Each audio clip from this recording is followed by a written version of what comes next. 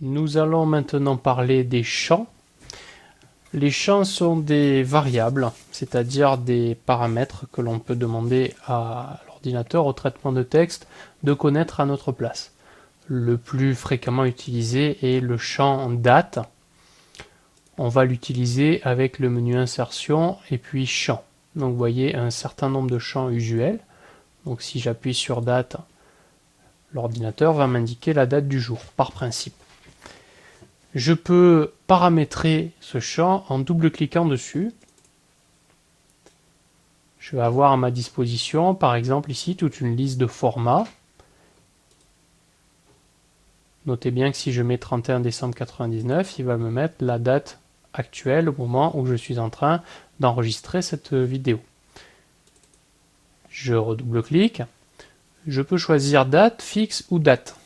Date fixe, ça veut dire que quel que soit le moment où je vais ouvrir le document LibreOffice actuellement à l'écran, il va toujours m'indiquer la date d'aujourd'hui, c'est-à-dire 15 août, même si c'est plusieurs jours après. Si par contre je choisis date tout court, ça veut dire que la date va se mettre à jour automatiquement à l'ouverture du document.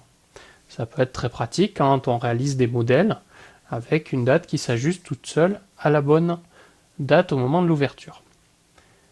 Je peux aussi ici réaliser une correction en jour par rapport à la date. Si je mets +2,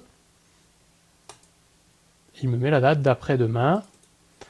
De la même manière, si je mets -1, il va me donner la date d'hier. Ça peut avoir une utilité dans certains cas, nous verrons ça en TP. Autre type de champ, toujours dans le menu insertion, le champ heure qui va me mettre l'heure et que je peux paramétrer de la même manière que la date.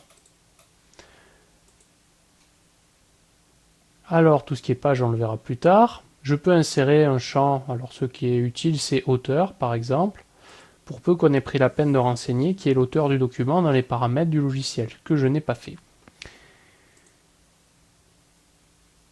Insertion, champ.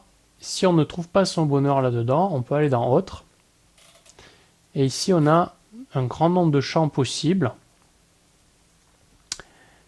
Je ne vais pas tout regarder, je vais juste vous montrer les plus utiles. Donc, il y a la date qu'on a vue, il y a l'heure, le nom du fichier, ça sert régulièrement. On peut indiquer le chemin d'accès, le chemin et le nom au fichier, le nom de fichier tout seul, voire le nom de fichier sans extension. Il y a des champs de page ensuite, où on peut indiquer le numéro de la page actuelle, la page précédente ou la page suivante. Quelques informations sur le document, le nombre de pages, le nombre de mots, le nombre de paragraphes, ou sur l'utilisateur, nom et initial. Il y a d'autres onglets dans lesquels on ne va pas forcément s'intéresser. Peut-être celui-ci, sur la date de dernière impression, ou quand est-ce le document a été modifié pour la dernière fois.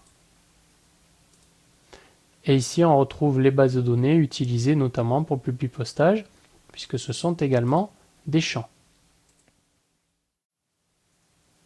Je vais revenir maintenant sur la numérotation des pages. Une numérotation des pages, ça se fait généralement dans le pied de page. Donc pour l'afficher, je vais tout d'abord aller dans Insertion, pied de page. Et je vais cliquer sur Style par défaut. Le pied de page est ici. Ce qu'on peut faire traditionnellement, c'est taper page et puis insérer comme champ le numéro de la page.